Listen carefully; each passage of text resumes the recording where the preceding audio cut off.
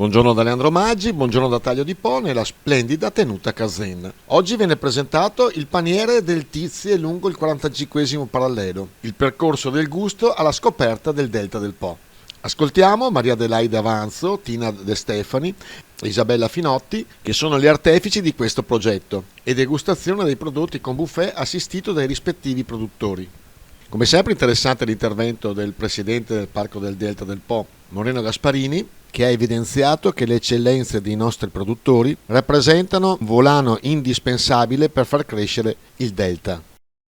E ogni volta che noi offriamo questi prodotti a questi ospiti possiamo raccontare una storia, perché la birra del birrificio Perché, piuttosto che il vino di Kazan, piuttosto che il pane, hanno un'origine che è qua vicino e hanno una distanza limitatissima.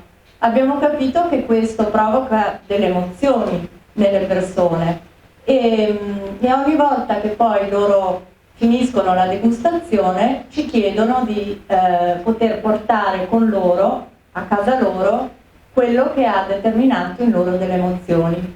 E quindi così abbiamo pensato che sarebbe bello poter mettere a disposizione di questi ospiti, io adesso parlo degli americani ma può essere chiunque, un paniere, un contenitore, una scatola che riassuma tutti questi gusti del nostro Delta. E da qui è nata questa idea: se noi non troviamo i prodotti, se io come polesana emigrata e ritorno molto spesso non trovo i prodotti del Polesine, come li trovano i turisti? Non li trovano di sicuro. E l'idea è nata così, in maniera molto semplice: il turista non trova i prodotti perché noi non li promuoviamo, non glieli presentiamo, non sa dove prenderli. Costruiamo un paniere, ne abbiamo parlato con Maria Adelaide, ne abbiamo parlato con Isabella, abbiamo approfittato di questa giornata che era già in calendario per rinfrescare quest'idea, ma soprattutto per pensare a un progetto futuro, un progetto in cui lo spazio di un paniere che raggruppi i prodotti tipici del Polesine sia proposto al turista in una maniera pratica, che sia attrattiva, e quindi vendere i prodotti del Polesine. Io ho il grande piacere di accompagnare ospiti da molti anni, faccio questo lavoro, si vede un po' dei miei capelli bianchi, in ambito Delta del Po.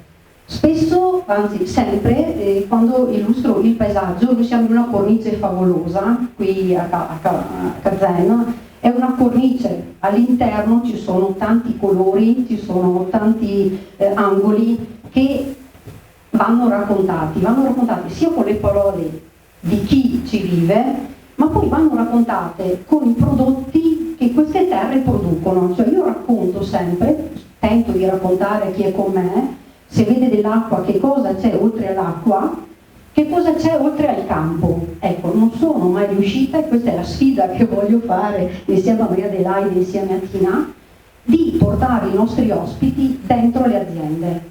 Oggi voi produttori del Delta del Po, del Polesine, come diceva la signora, siete i primi ad essere i promotori di un territorio. Siete il nostro booking.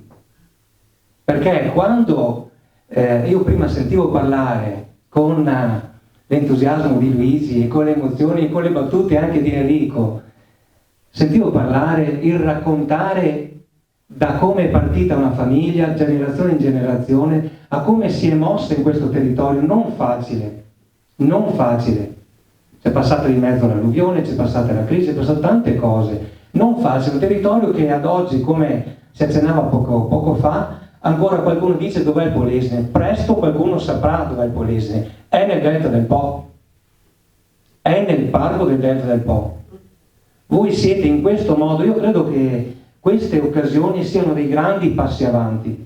Sono grandi passi avanti di consapevolezza, sono grandi passi avanti fatti sulle nostre spalle, perché Mauro prima diceva generazioni e generazioni ho allevato i maiali, però vendo e do ai miei clienti quello che piace a me. Io credo che questo sia messo insieme, sia l'essenza di quello che ha detto Roberto prima, cioè tutti insieme si vince.